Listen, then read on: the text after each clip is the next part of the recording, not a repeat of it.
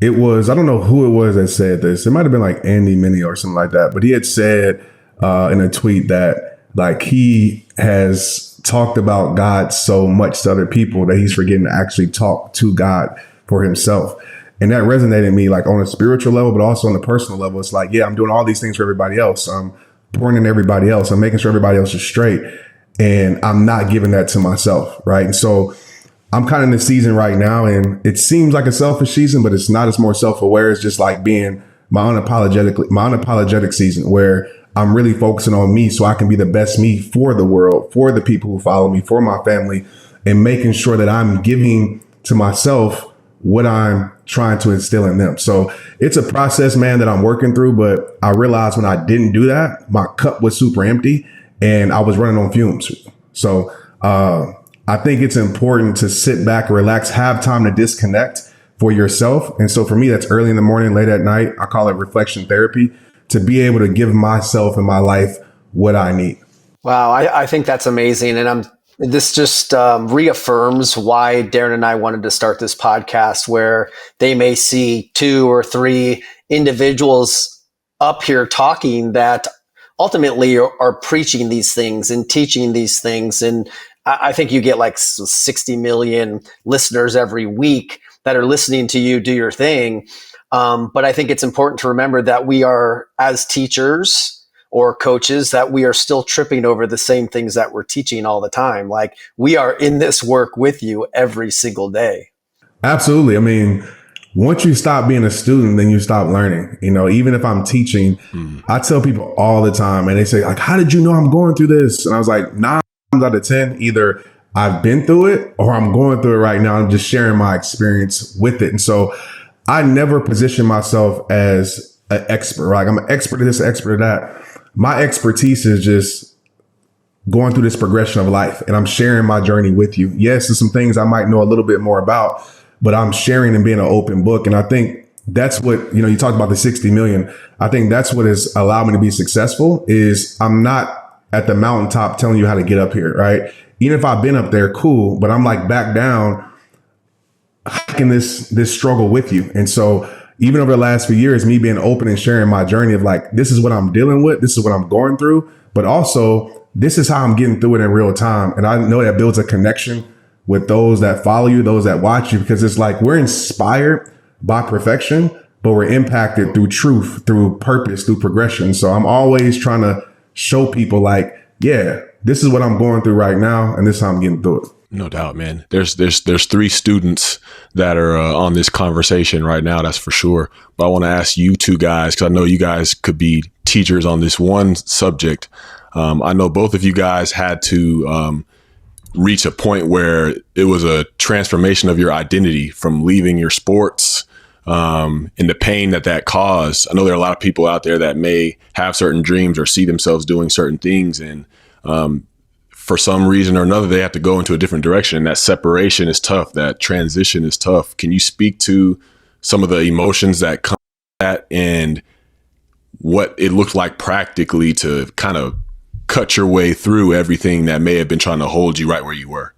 That's the hardest journey that I faced, for sure, is trying to understand who I am without that identity put on my name, right? And it's just very, very hard. And, as an athlete, I mean, I talk to athletes all the time, and that's some of the things that I help them work through is like, man, there's more to your life. And we hear these things, but sometimes we don't want it to be more to our life. I know I didn't at that time. Simply put, for me, it came with me facing my reality first, right? My reality is that this is over. My reality is I don't even love it no more. My reality is I'm just in it because I don't know what else to do in my life. And so there has to be another chapter. And my biggest fear, man, was not having another chapter to my life outside of this. And so I faced that reality. I dealt with it. I always say, you'll never win your war by running from your battle. So that was hard. And then after I faced my reality, I had to release some things in my life, and whatever that looked like at the time. Maybe it was my circle. Maybe it was the identity. I had to burn those bridges where I knew I couldn't go back. I had to move forward. The last part of the process is the repair process. And, we have these voids in our life, but we have to be able to repair. And repair to me means putting the strength back into a weakness. And that was a very hard process, but I ended up finding my purpose. I said, okay, well, what qualities can I take from this thing that I spent so much of my life on and apply this to my real life? Perseverance, endurance, how to deal with adversity, hard work, all the things that we learn as athletes. And I said, you know what, I want to put this into my current work. And at first, wasn't nothing happening, right? It wasn't like it was an external like validation that this is it for your life. But I always tell people this, and simply put, for me, because I get this question a lot, like, how did you know like this transition was right for you? And the best way I can put it is it was the peace in the midst of uncertainty, in the midst of chaos in my soul, that I knew this was what I was created to do. Even though there was no external like validation of it, internally, I knew that this is what I was created to do.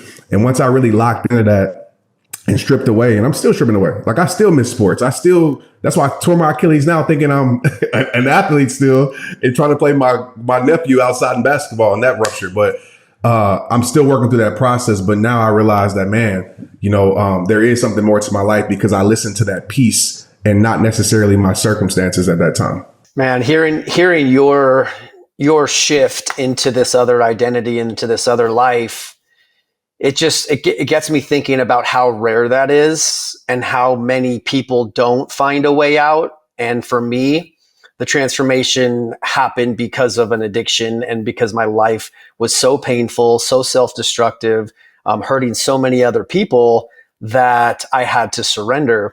But that's not where like this new identity and this new purpose came from. For me, like I've heard your quote say, your transparency leads to transformation.